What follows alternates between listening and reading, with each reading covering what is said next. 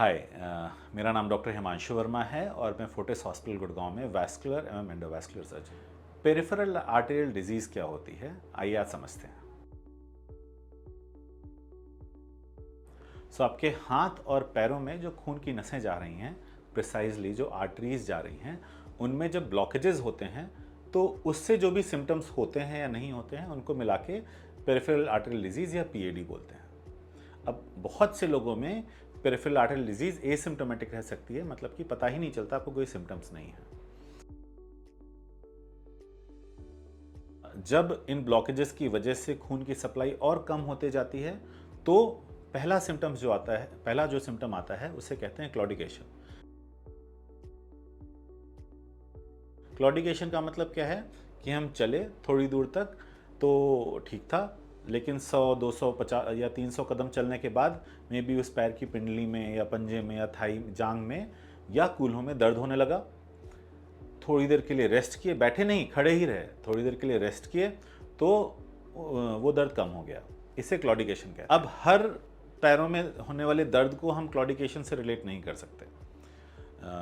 History के दौरान ये मेरा एज ए वैस्कुलर सर्जन बहुत इंपॉर्टेंट काम होता है कि आपके पेन में होने वाले इस पैटर्न को पूछ करके ही मैं ये बता सकता हूँ कि आपका ये जो दर्द हो रहा है ये आर्टरीज में ब्लॉकेजेस की वजह से है, वेन्स की वजह से है, हड्डियों की वजह से है या फिर नर्व्स की वजह से है। अब इसके लिए मुझ पर रिलाई करिए, आप ज़्यादा मत सोचिए। जब ये स्टेज एडवांस होती है या पैरों में ब्लॉकेजेस बहुत ज़्यादा होते हैं तो धीमे धीमे अगली स्टेज पहुँचती है जिसे कहते हैं रेस्ट पेन।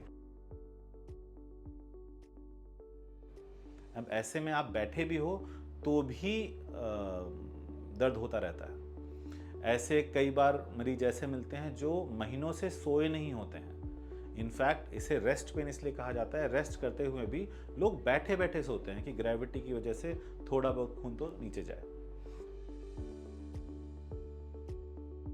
इस सब के बीच में याद रखने की ज़रूरत है कि हम जिस सबसेट की बात कर रहे हैं वो सबसेट हमारे एल्डरली हैं। ये ज़्यादा कॉमन बूढ़े लोगों में होती है। अगर 30-40 साल की उम्र में पैरों में पेन के साथ कोई पेशेंट आ रहा है तो ये अनकॉमन है, अनलेस पेशेंट बहुत ही हैवी स्मोकर ना हो या कोई दूसरा कारण ना हो। अगली स्टेज जिसे कहते हैं गैंग्रीन, वो सबसे खतरनाक स्टेज होती है। उंगलियां काली पड़ गई या पंजा काला पड़ गया, ये इरिवर्सिबल स्टेज है। यहाँ पे अब जो भाग ऑलरेडी काला पड़ गया उसे सही नहीं किया जा सकता, लेकिन अगर उसे कट करना है और उस जगह पे हमें इसमें भी सपोज हम चाहते हैं आर्टिफिशियल पैर या अंगूठा लग जाए तो उसके लिए भी ब्लड सप्लाई बढ़ानी बहुत ज़रूरी होती है। अब डायबिटिक पेशेंट्स में पेरिफेरल आर्टेरियल डिजीज़ अलग तरीके से प्रेजेंट करती है, क्योंकि डायबिटीज़ में पैरों में घाव तो हो गया लेकिन दर्द नहीं हो रहा है, तो डायबिटिक फुट मतलब कि पैरों में घाव हो गया जो भर नहीं रहा, ये एक बहुत कॉमन तरीका है जिससे diabetic patient peripheral arterial disease के साथ प्रेजेंट करते हैं। अब आपको जब सारे के सारे सिंड्रोम पता चल गए तो आगे का सवाल है इसके लिए करते क्या है। आइए अब डिस्कस करते हैं पेरिफेरल आर्टेरियल डिजीज का मैनेजमेंट क्या होता है।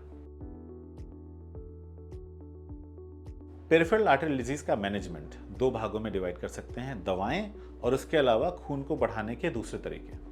तो अगर आप शुरुआती स्टेज में आ रहे हैं, जब में भी चलने पे थोड़ा दर्द हो रहा है और हल्के फुल्के सिम्टम्स हो रहे हैं, ऐसे में पहला मैनेजमेंट और मेन मैनेजमेंट केवल और केवल लाइफस्टाइल मॉडिफिकेशन और दवाएं। जैसे कि अगर स्मोकिंग करते हैं तो पहली चीज़ स्मोकिंग बंद की जाती है। आपको एक स्पेशल चलने का तरीका बताते हैं जिसे कहते हैं सुपरवाइज एक्सरसाइज थेरेपी और कुछ मेडिसिन्स। लेकिन अगर आप बहुत एडवांस स्टेज में आ गए कि बैठे बैठे बहुत सीवियर पेन होने लगा है या इनफैक्ट उंगलियां काली पड़ने लगी हैं, ऐसे में भी दवाएं तो इंटीग्रल पार्ट रहती ही हैं, लेकिन तुरंत खून के फ्लो को बढ़ाने के लिए हमें कुछ एडिशनल चीज़ें भी करनी पड़ती हैं। अब एडिशनल चीज़ें क्या होती हैं? पहला है जिसे कहते हैं एंडोवैस्कुलर ट्रीटमेंट।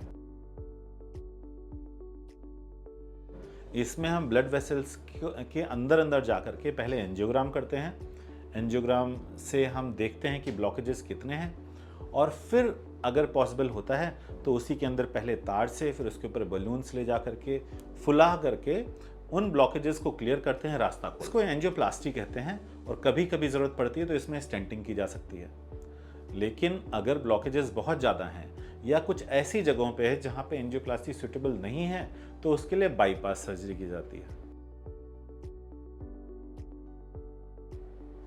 बाईपास, जी हाँ सही कह रहा हूँ। सो बाईपास एक सिंपल समझिए, एक रोड ब्लॉक है और आपको एक बाईपास रास्ता बनाना है। हम लोगों ने हाउस होल्ड में एंजियोप्लास्टी और बाईपास मेनली हार्ट के लिए सुना होता है, लेकिन वही ब्लॉकेजेस, वही प्रॉब्लम जो हार्ट में है पूरी बॉडी में किसी भी जगह होती हैं तो उनके लिए बाईपास या एंजियोप्लास्टी की जाती है। In fact as a vascular surgeon हमारी स्पेशलिटी ट्रेनिंग दोनों विधाओं में होती है, हम बाईपास भी कर सकते हैं और एंजियोप्लास्टी भी। तो कई बार हम इसको हाइब्रिड सर्जरी के तरीके से भी करते हैं, जहां पे एक पार्ट को हमने एंजियोप्लास्टी किया और जिसको किसी पार्ट को बाईपास किया। किसी ने पूछा कि मेरे सोते समय मेरे पैरों में अकड़न आ जाती है, क्या यह पीएडी हो सकता है? पहली चीज़, ये वीडियो शायद जो बहुत से लोग देख रहे हैं वो यंग हैं, यंग एज में। आप प्लीज़ ये वीडियो देख करके परेशान ना हो। Peripheral arterial disease young patients में बहुत ही अनकॉमन होती है, अनलेस कोई बहुत ही हैवी स्मोकर है, 10-15 साल से स्मोक कर रहा है। Peripheral arterial disease mainly elderlies की प्रॉब्लम है, तो आपके पेरेंट्स, माँ बाप, ताया चाचा जी, उनके लिए ये बहुत ज़्यादा इंपॉर्टेंट है, क्योंकि वो शायद इनको इग्नोर करते हैं, ओल्ड एज आर्थराइटिस वगैरह की होने की वजह से ज़्यादा चलते नहीं हैं, शायद उनके पैर में घाव है, पट्टी करा रहे हैं और आपको बता नहीं रहे हैं। एल्डरली पॉपुलेशन में बहुत मेजर वॉकिंग लिमिटेशन होती है पेरिफेरल आर्टरियल डिजीज़ की वजह से।